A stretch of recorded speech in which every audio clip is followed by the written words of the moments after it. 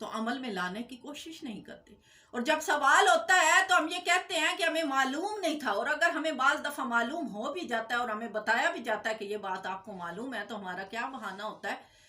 کیا کریں، دین پہ چلنا مشکل ہوتا ہے، دین پہ چلنا بہت مشکل ہے میری بہنوں۔ اللہ تبارک و تعالیٰ نے انہی ہتھ کنڈوں کو جانتے ہوئے، کیونکہ وہ غیب کا علم رکھنے والے تھے، اللہ تبارک و تعالیٰ سب کچھ جانتے تھے، اسی لیے اللہ تبارک و تعالیٰ نے انسان کو پیدا کرنے سے پہلے یہ وعدہ لیا کہ تو دنیا پہ جا رہا ہے، اس بات کا اقرار کر کے جا کہ تو اللہ کا بندہ ہے اور اللہ نے تجھے پیدا کیا ہے، اور یہ مان کے جا کہ اللہ وحدہ لا شریک لہ ہے۔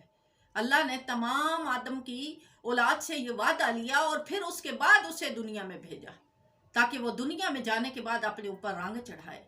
اب وہ رنگ نیکی کا چڑھائے یا بدی پر چڑھائے، اس پر اللہ تبارک و تعالیٰ نے ہماری ڈور کو کھلا چھوڑ دیا اور فرمایا کہ تیرے سامنے دو رستے ہیں، ایک رستہ تجھے جنت تک لے جائے گا اور دوسرا رستہ تجھے جہنم تک لے جائے گا۔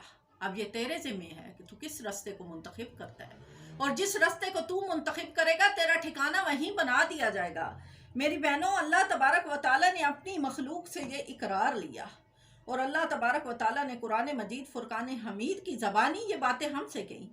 قرآن مجید ہمیں کیا بتاتا ہے؟ پارہ 9 سورۃ اعراف، ان تقولوا یوم القیامت انا کنا عن ھذا غافلین۔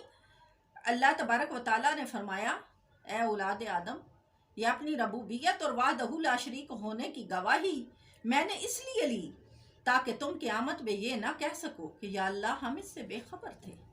یہ جھوٹی تدبیریں، یہ جھوٹے بہانے، یہ جھوٹے گھڑے ہوئے ہتھ کنڈے میری بہنوں قیامت کے دن کھل جائیں گے۔ آج وقت ہے، آج وقت ہے، آج ہمیں توبہ کے دروازے بند نہیں ملتے، آج ہی توبہ کر لیں، اپنے اعمال کو سدھاریں میری بہنوں، اپنے اعمال کو درست کریں، نماز کو قائم کریں، روزے داروں میں شامل ہو جائیں، اللہ کی راہ میں کرنے والے بن جائیں، اللہ سے عافیت اور مغفرت کی دعا کرنے والے بن جائیں۔ میری یہ دعا ہے کہ اللہ تبارک و تعالیٰ اس چینل کے توسل سے ہم تمام مسلمانوں کے سینوں کو کھول دے، ہمیں ایمان کی روشنی عطا فرمائے، ہمارے سینوں کو نگینا بنا دے، تاکہ ہمارے سینوں میں اللہ تبارک و تعالیٰ کا نور سما سکے۔ میری بہنوں، اپنے بچوں کو اور اپنے آپ کو دین کی طرف لائیے۔ میرا یہ چینل سبسکرائب کیجئے، لائک کیجئے، شیئر کیجئے، لوگوں تک نیکی کی دعوت کو پہنچائیے، تاکہ اللہ تبارک و تعالیٰ آپ کی اور میری ہم سب کی مغفرت عطا فرمائے۔ صلی اللہ علیہ وآلہ وسلم۔